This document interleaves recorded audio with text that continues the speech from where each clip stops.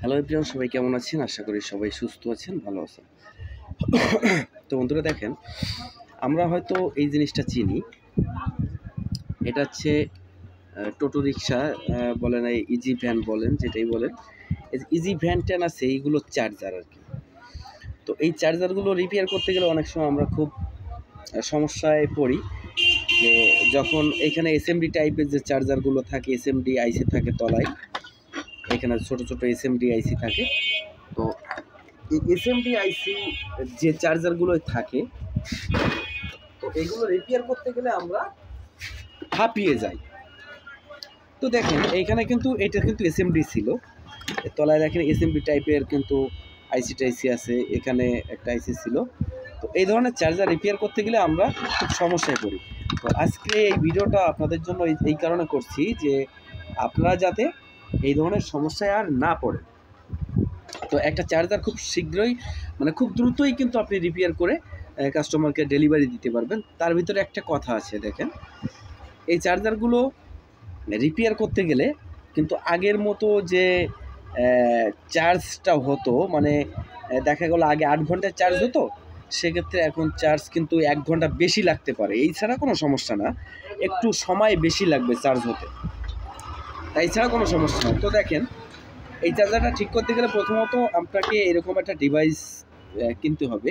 এই ডিভাইসটায় 3টে তার থাকে, একটা লাল, একটা কালো, একটা নীল, এই 3টে তার থাকে।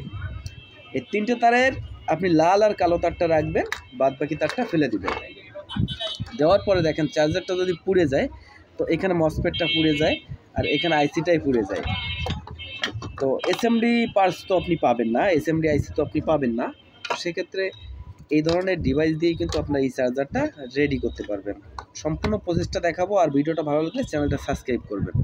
তো বন্ধুরা দেখেন, এখানে যে আইসিটা, এখানে যে মসফেটটা আমি তুলছি, এই মিডিল যে কম্পোনেন্ট আছে, মিডিল যে কানেকশনটা আছে মাঝখানের ঠ্যাঙে, বাংলায় বললাম মাঝখানের ঠ্যাঙে এই লাল তারটা জয়েন করতে হবে।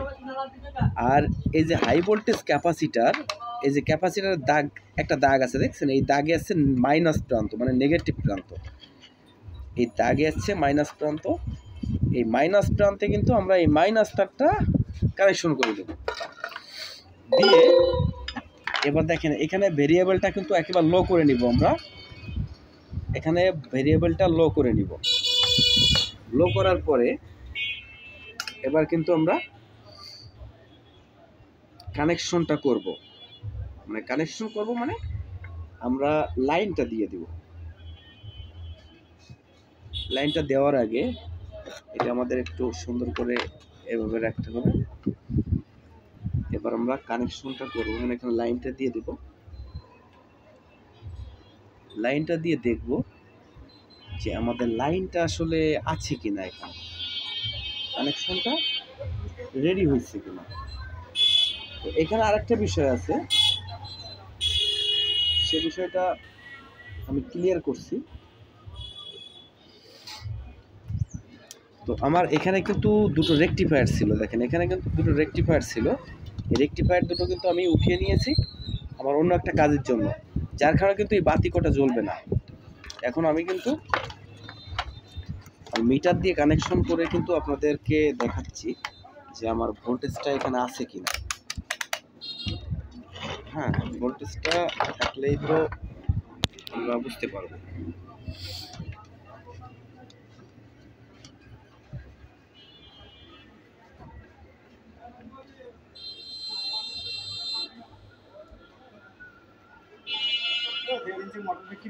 না দাদা, না ওইটা আমার না।